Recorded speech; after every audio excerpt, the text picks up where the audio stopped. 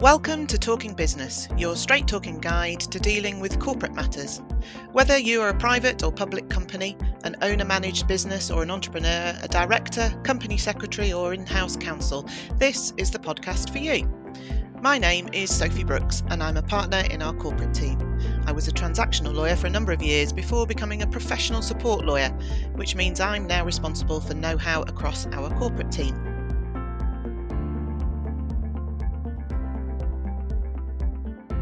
Hello everyone, I've got a bit of a bumper edition for you this month with a roundup of various cases, things that you might have missed maybe over the summer whilst we were taking a break from the podcast. So 5 cases for you. First one is about articles of association of a company that were held to have been amended by shareholder conduct over various years. So articles of association, every company has articles which are the rules that govern that company's internal affairs. So they form a contract between the company and its shareholders. There's a standard set of articles that's applied by default to all companies. So that's what we call Table A for companies incorporated before the 1st of October 2009, and then the model articles for companies incorporated after that date. And those default articles apply to a company to the extent that they're not excluded or modified by bespoke articles that are adopted by the company. So there's a default set, but you can amend them and have whatever you want.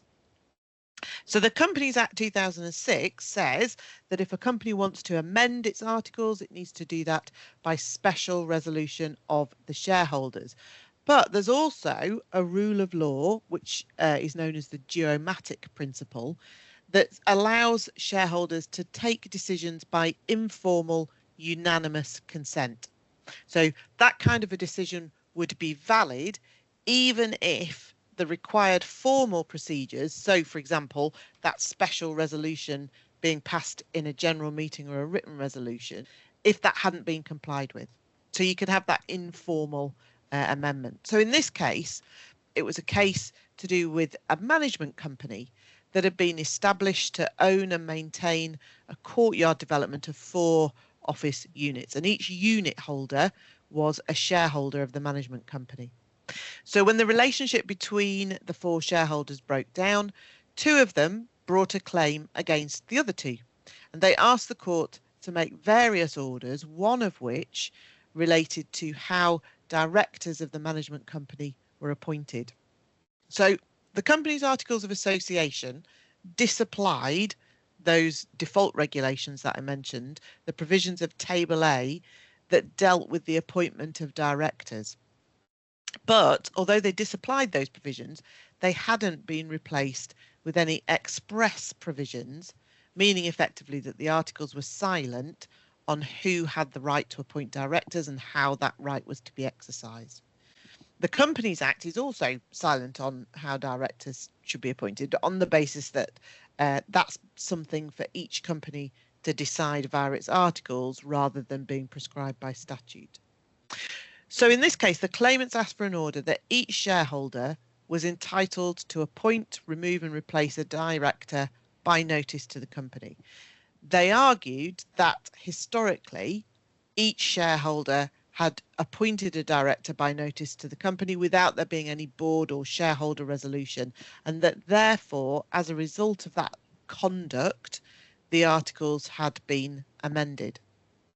So when it came to the court found that the company's articles of association vested the power to appoint directors in the board. And that was based on a provision in the articles which said the powers of the company are to be exercised by the directors unless they are required to be exercised by the company in general meeting, either by statute or by the articles. And in this case, since neither the Companies Act nor the company's articles required the appointment of directors to be dealt with in a general meeting, that meant that the power to appoint the directors was conferred on the directors themselves. So that was kind of the starting point. But then the court went on to consider whether the articles had been amended despite there being no special resolution having been passed. And examining the evidence on how the company had managed its affairs, the judge found that basically since incorporation, each shareholder had just appointed or replaced their own director by giving written notice to the company. So applying the geomatic principle, the judge found that by their conduct over a period of time, the shareholders had informally agreed to amend the articles to permit directors to be appointed and removed in this way. All the shareholders were aware that no formal board or shareholder resolutions had been passed in relation to these appointments. And in particular, the judge said, look, the fact that this has occurred multiple times over several years meant that the shareholders had intended to amend the articles rather than just treating each appointment as an ad hoc exception to the rule. So the judge directed that an updated, amended copy of the articles should be filed at Companies House so that, helpfully, everyone was aware of the position. So it seems a bit surprising, really, that the current shareholders in that case were completely unaware that, in fact, the company's articles of association, to which they were subject as shareholders, had actually been amended many years earlier and without that change being formally recorded. So it's a good reminder of the fact that companies need to follow and document their agreed decision-making processes, because without that, those involved in the companies risk being held to historic informal decisions of which they are perhaps unaware and the full impact of which may not be appreciated. Okay, our next case is a bit of a stark warning on the dangers of ambiguous drafting, because here the Court of Appeal held that the word private applied to all types of financing listed in a broker's engagement letter rather than just the first financing structure detailed in that list. And that meant the placing of that single word resulted in a broker losing out on commission worth over $7 million. So the case involved the Indian commercial bank called Yes Bank, which was experiencing severe financial difficulties. So it engaged a financial services firm, Cantor Fitzgerald, to assist it in raising additional funds. And under its engagement letter with Yes Bank, Cantor's was entitled to 2% of the proceeds of any financing raised from certain specified investors listed in the letter. And financing was defined as one or more financing through the private placement, offering, or other sale of equity instruments in any form. So that's the key wording there. Private placement, comma, offering, or other sale of equity instruments. So what actually happened was that Yes Bank raised capital through a further public offer on the Indian capital markets, which did involve 3 of the investors specified in Cantor's engagement letter. So Cantor claimed commission on the amount raised from the 3 investors, which was more than $7 million. Yes Bank refused to pay because it argued that the commission was only payable on funds raised through a private offer, whereas it had in fact raised funds through a public offer. So the High Court found in favour of Yes Bank, and Cantor's then appealed. But the Court of Appeal dismissed Cantor's appeal, finding that actually no commission was payable.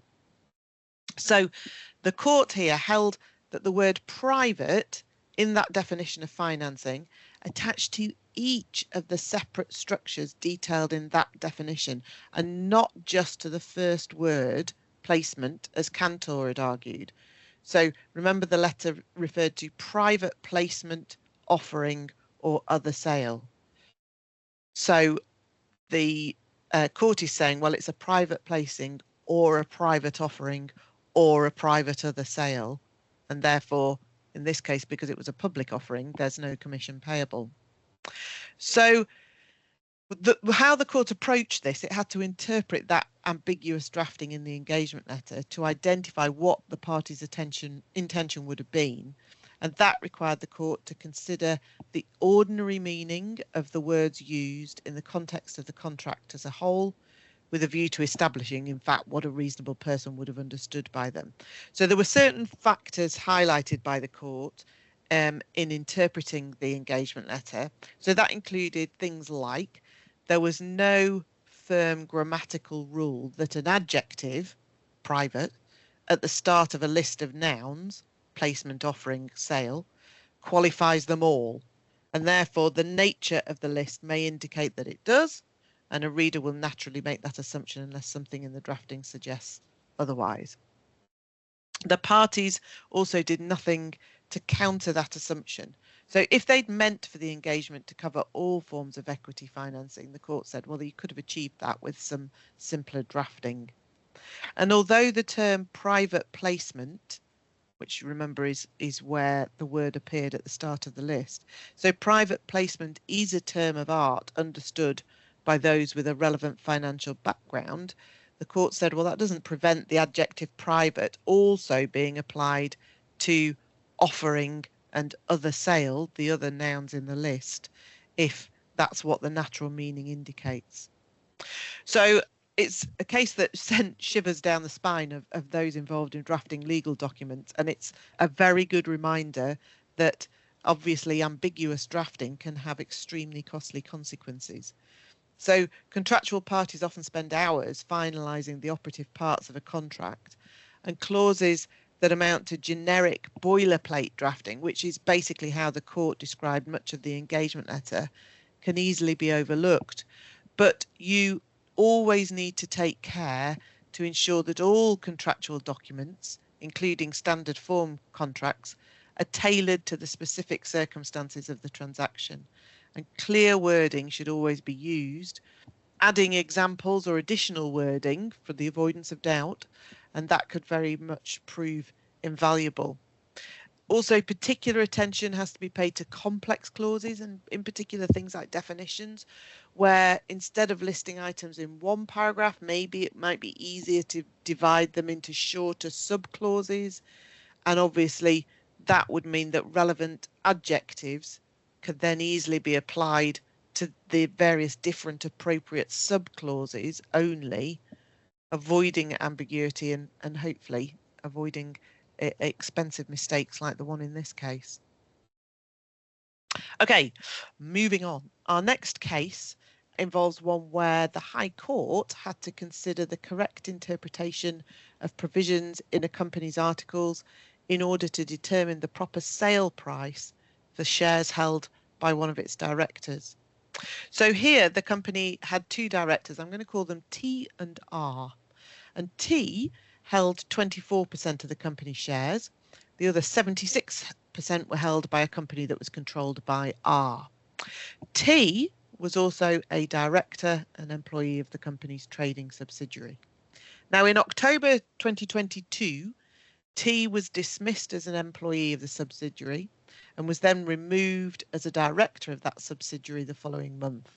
But at that time, T remained a director of the holding company, a position from which he eventually resigned the following year in May 2023 when he turned 65.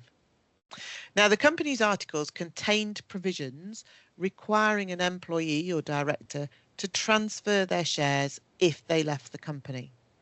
And the key clause provided that if any employee member shall cease for any reason to be employed as an employee, director or consultant of a group company and does not continue in that capacity in relation to a group company, then a transfer notice shall be deemed to have been served on the date of cessation. So the key issue was exactly when T was deemed to have served a transfer notice, because that affected the amount that he was entitled to be paid for his shares. If the transfer notice was deemed served in October 2022, then T would receive the market value of his shares, which took account of a minority discount.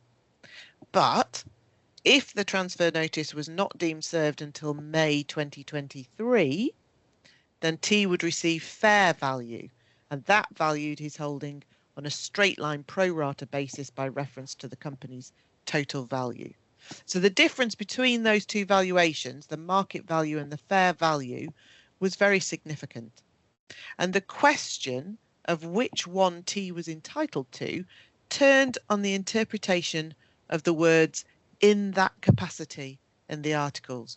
Remember, the clause effectively said if he ceases to be employed as a director, employee or consultant and does not continue in that capacity in another company. So when it came down to the arguments here, the company argued that this referred to the capacity in which the relevant employee member ceased to be employed. So that meant when T ceased to be employed by the subsidiary in October 2022, because he didn't then continue in that capacity, i.e. as an employee of any other group company, the provision was engaged and a transfer notice was deemed to be served. But T said that the words "in that capacity" referred to the three different ways in which a member might be engaged to work for a group company, i.e. an employee, a director or a consultant. And on his interpretation, in October 2022, when T ceased to be employed by the subsidiary, he had continued to be engaged in one of the relevant capacities because he continued to be a director of the holding company. So that meant that the relevant provision wasn't engaged at that point. Only when he finally resigned as a director of the holding company on his 65th birthday in May 2023, T argued only at that point was a transfer notice deemed served. So again, when we get to the decision in this one, the court agreed with T, finding that the word "employed" in the relevant provision was not used in a strict sense of being an employee under a contract of employment, but instead it was used more broadly to also cover being engaged as a director or a consultant. And the reference to "in that capacity" related back to those three different capacities. So the provision didn't apply when T ceased to be employed by the subsidiary but continued as a director of the holding company. The judge said that was a better reading, a more natural reading of the wording, and that accorded with commercial common sense. The judge also said that the purpose of the provision in the articles was to ensure that if a shareholder stopped contributing to the day-to-day running of the business, then the other shareholders should be given the opportunity of buying that shareholder's shares. But particularly in private companies, the judge acknowledged that it was common for a senior employee to retire from full-time employment whilst continuing to serve the business as a consultant. And in those circumstances, the judge didn't think it was commercial good sense to require an individual to sell their shares and at the lower of the two valuations. So the judge found that T was deemed to serve a transfer notice in May 2023 and so was entitled to fair value of his shares, so the higher valuation. So it's pretty common for articles of association of a private company to contain compulsory transfer provisions so that when a shareholder who is engaged in the business leaves, they don't benefit from any increase in the company's value after their departure, to which obviously they won't have contributed. What was interesting in this case was that the judge interpreted those provisions as being for the benefit of the relevant employee shareholder rather than the company, because taken as a whole, in this case, they ensured that he would receive fair value if he retired from all positions at 65 or through permanent incapacity, and his family would also receive fair value if his shares were acquired on his death. And the judge disliked the company's interpretation of the provisions, which could have allowed the company to force a sale at a lower value by terminating T's employment for no good reason, which was exactly what T said had in fact happened. Okay, The next case that I thought I would just mention is one in which the High Court considered a restrictive covenant in an investment agreement and, interestingly, found that it was unenforceable because it was too widely drafted and it lasted too long. So the company was founded by a doctor in 2014, and it provided medical services to sexual assault referral centres operated by the police. The company did really well, and in 2018, the founder sold a controlling interest to an investor. So on that sale, the founder received some consideration up front, with the balance left outstanding via a loan note, which was then be repaid on a long stop date or an earlier sale of the company. The founder remained with the company until 2021, when she then resigned and she renegotiated the sale of her shares, which by then were worth about £7 million. So the investor and the founder at that point entered into a new investment agreement, and the original loan note issued to the founder was replaced by one that would be redeemed in 2028, although actually that was then extended to 2030 or an earlier sale. So that loan note carried interest at 7% per annum, so that would actually equate to about £500,000 each year. That interest would cease if the founder breached the restrictive covenants in the investment agreement. And those covenants included, there were two. First of all, there was a non-compete provision which affected all the staff paid out in the 2021 deal and which applied for 1 year after their employment terminated. But then there was a further non-compete provision that just affected the founder and applied UK-wide until 1 year after the 2030 long stop date for redemption of the loan note. So that was effectively a 10-year period. So after resigning and entering into this new investment agreement with those restrictive covenants, the founder set up another business. After the 12-month ex-employee non-compete restriction had expired, the new business began to provide services that were competitive with those supplied by the company. And in particular, it won a tender for providing services at sexual assault referral centres for South Wales Police. So the investor brought a claim for an interim injunction to prevent the founder via her new business trading in competition with the company in breach of that longer restriction that was linked to the loan note, which the founder continued to hold. The judge confirmed that as the restrictive covenant was in restraint of trade, the starting point for looking at it would be that it would be unenforceable unless the investor, the person trying to rely on it, could prove that it was reasonable.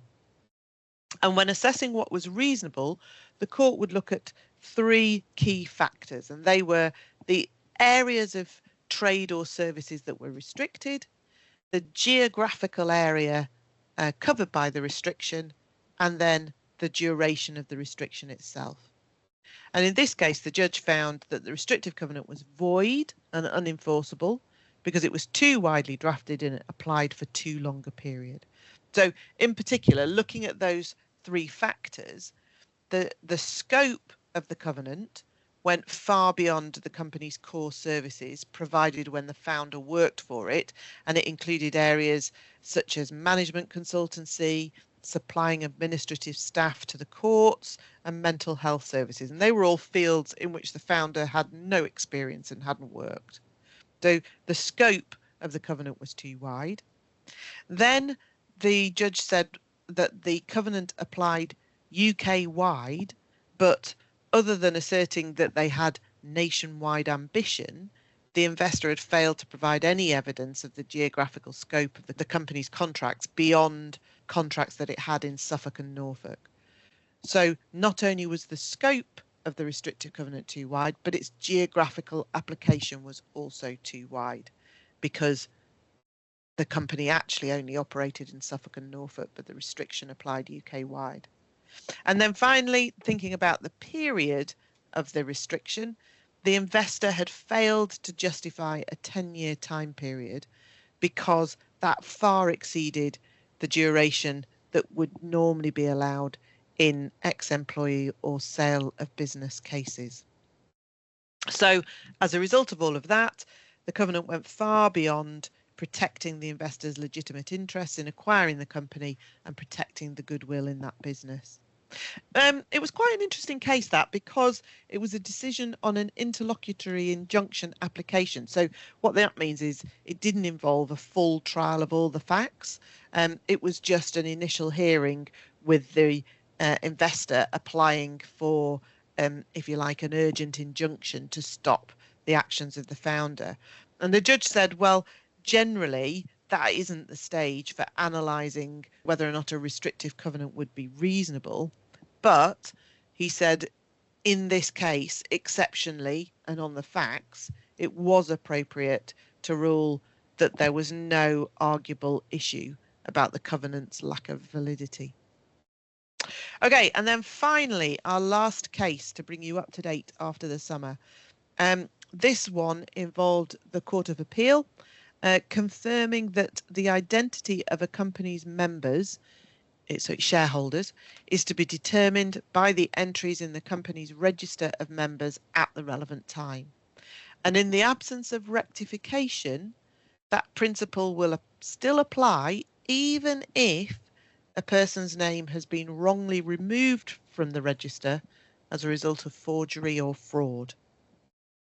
So just to explain register of members, every company is required to keep a register of its members, and that register has to contain various bits of specified information, so things like the name of the member, the number and class of shares that the member holds. And a person becomes a member of a company when they agree to be a member and their name is entered on that register of members. So the register of members is prima facie evidence of a company's membership. If there's an error in the register of members, then an application should be made to the court for rectification of the register. And there's a statutory provision, process for doing that. But if there isn't any dispute between all the parties involved, then it is possible for the directors to correct minor mistakes in the register without applying to the court, but just in certain limited circumstances.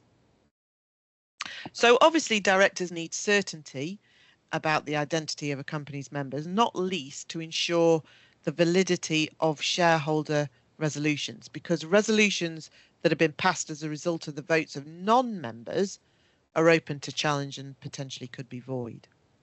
So in this case, the issue before the Court of Appeal was whether the liquidators of a company had been validly appointed by a special resolution that had been signed by the person, I'm going to call them J, who purported to be the sole member of the company.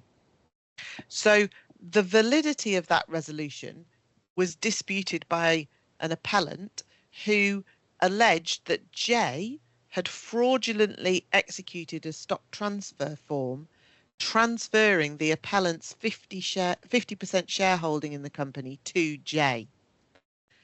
The appellant claimed that as the transfer of the shares was void, then the special resolution was also void, because J only held 50% of the shares rather than the 75% that would normally be required to pass a special resolution.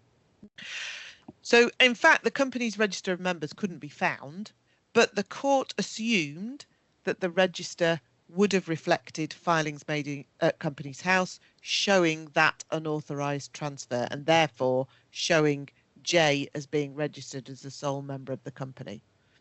So we haven't actually got a register of members, but the court said, well, if we did have one, it would show that J was the sole registered member of the company.